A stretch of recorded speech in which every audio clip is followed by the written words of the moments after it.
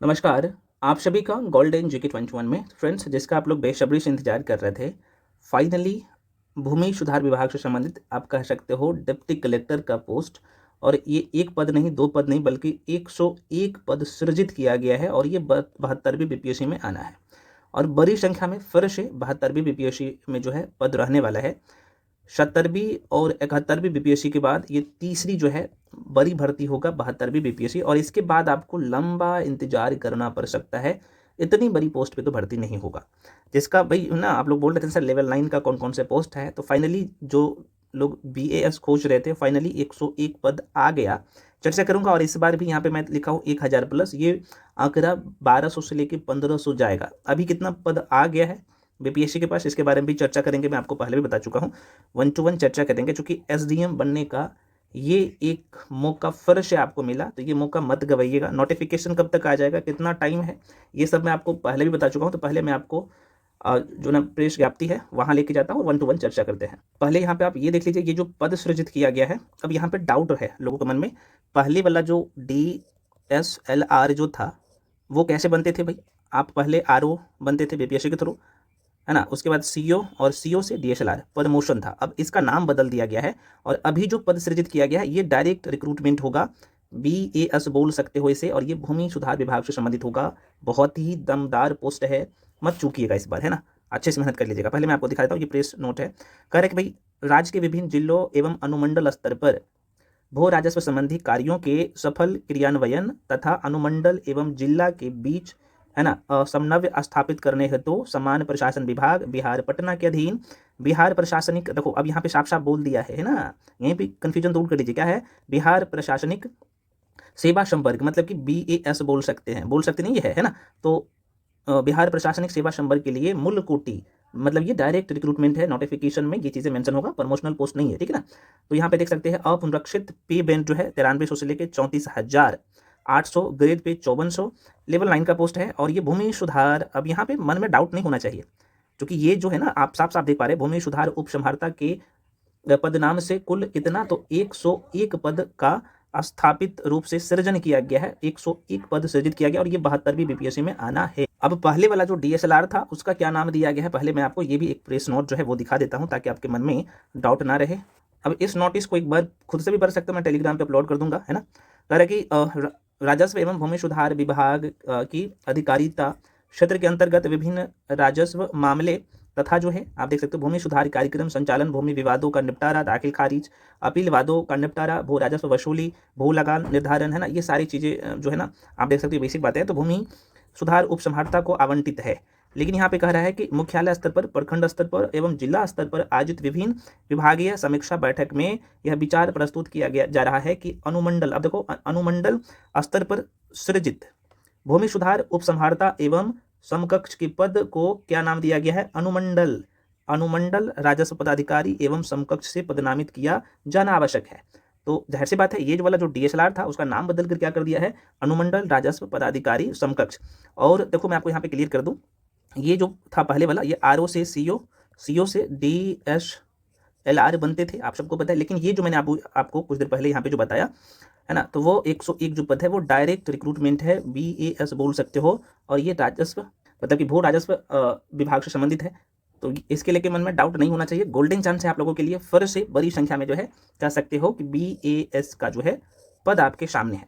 अब यहाँ पे देखिए, इससे पहले जो है बीपीएससी में कौन कौन सा पोस्ट आ चुका है। अच्छा, इससे पहले हम लोग आप लोगों के लिए इस बार फिर से, जैसे 71वीं बीपीएससी में बड़ी संख्या में लोगों का प्रीलिम्स एग्जाम में सिलेक्शन भी हुआ और मेंस भी दे रहा है, तो भाई आप भी इस बार मत चूकिएगा। हम आपके लिए पूरा टीम जो है लगे हैं, और सिर्फ आप देख सकते हो 2499 में कंप्लीट बैच है। तो आप जो लोग ज्वाइन करना चाहते हो, तो इसमें ऑलरेडी एनसीईआरटी इंक्लूड है, क्योंकि मैं आपको पहले भी बता चुका हूँ कि सतही ज्ञान से बिल्कुल कुछ नहीं होने वाला है। अब जिस तरीके से एग्जाम पैटर्न में बदलाव हो रहा है, पैटर्न मैं नहीं बोलूँगा, क्योंकि क्वेश्चन पेपर का लेवल जो है अप हो रहा है, स्टेटमेंट बेस्ड क्वेश्चन आ रहे हैं आपके पेपर में। क्वेश्चन कंसेप्चुअल है, हालांकि फैक्ट्स वाले भी क्वेश्चन पूछे जाते हैं, लेकिन मैक्सिमम क्वेश्चन जो है अब कंसेप्चुअल क्वेश्चन आते हैं, चाहे करंट अफेयर्स हो या आर्ट्स वाले सेक्शन हो या साइंस वाले सेक्शन हो। तो सभी को ध्यान में रख के, पहले भी आपने देखा है जिस तरीके से चीज़ें दी जा रही है, इस बार भी और बहुत सारी चीज़ें अपडेट करके आप लोगों के बीच में ये बैच लाया गया है।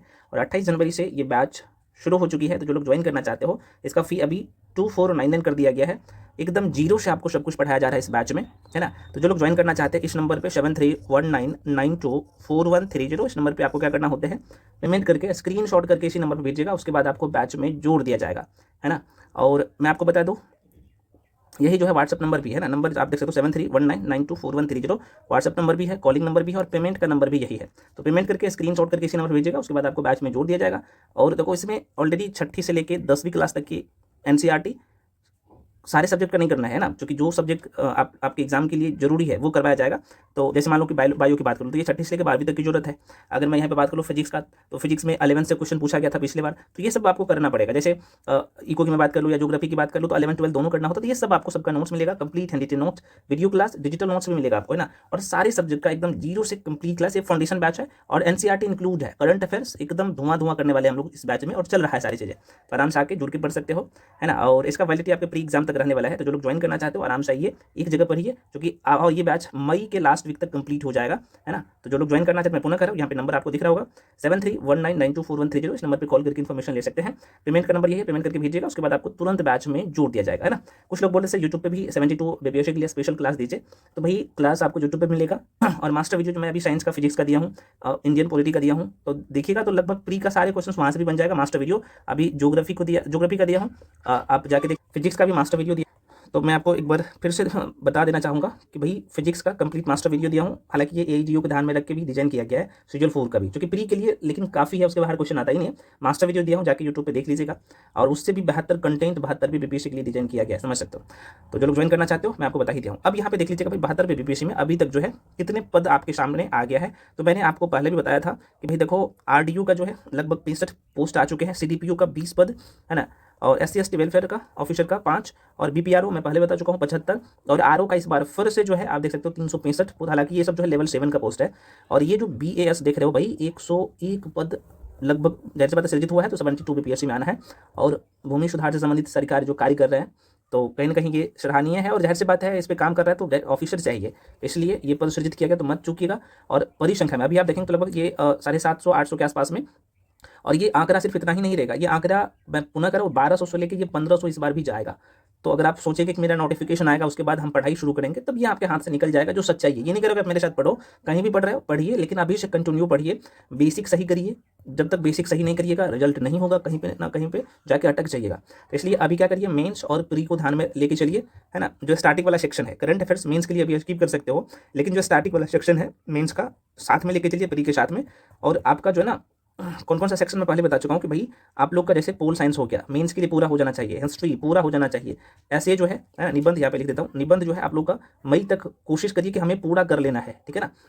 उसके बाद जो है जैसे आर्ट एंड कल्चर हुआ, ये सारे सेक्शन आपको, ज्योग्राफी हुआ, इंडियन ज्योग्राफी से क्वेश्चन आता है, इको हुआ, इंडियन इको से क्वेश्चन आता है, बेसिक क्वेश्चन रहता है। तो मेंस का और प्री का ये सब पे बोना फाइट बन जाना है, ताकि प्री और मेंस दोनों का लेवल आपका एकदम टंच रहे, टंच इन द सेंस कि भाई पूरे तरीके से आपका पकड़ रहे, और आप इजीली प्री में अच्छे स्कोर करेंगे और मेंस में भी आपका अच्छा पकड़ होगा। क्योंकि रैंक लाना है तो अभी से मेहनत करना पड़ेगा। तो ये सारे पोस्ट आपके सामने आ चुके हैं, तो अब आपको तय करना है कि हमें क्या करना है ना, इसे जाने देना है या एक सीट कंफर्म करना है, ठीक है ना।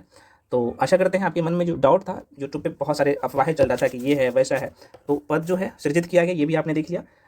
पहले जो DSLR था उसका नाम क्या बदल कर दिया गया, ये भी आपने देख लिया। और नया जो सीधे तौर पे बोल सकते हो कि भाई ये जो पद है आप देख सकते हो यहाँ पे, है ना, भूमि सुधार उपसंहारता का जो पद के लिए जो कितना, तो 101 पद जो है यहाँ पे सृजित किया गया है, ये भी आपने देख लिया, ठीक है ना। तो ये डायरेक्ट रिक्रूटमेंट है, डायरेक्ट जो है यहाँ पे बहाली होगा, लेवल 9 पे जाएंगे। और इसके लिए एजुकेशनल क्वालिफिकेशन भी सिंपल ग्रेजुएट ही रहता है, तो बिल्कुल मत घबराइएगा कि इसके लिए स्पेशल एजुकेशन की जरूरत पड़ता है ना, नहीं पड़ता है।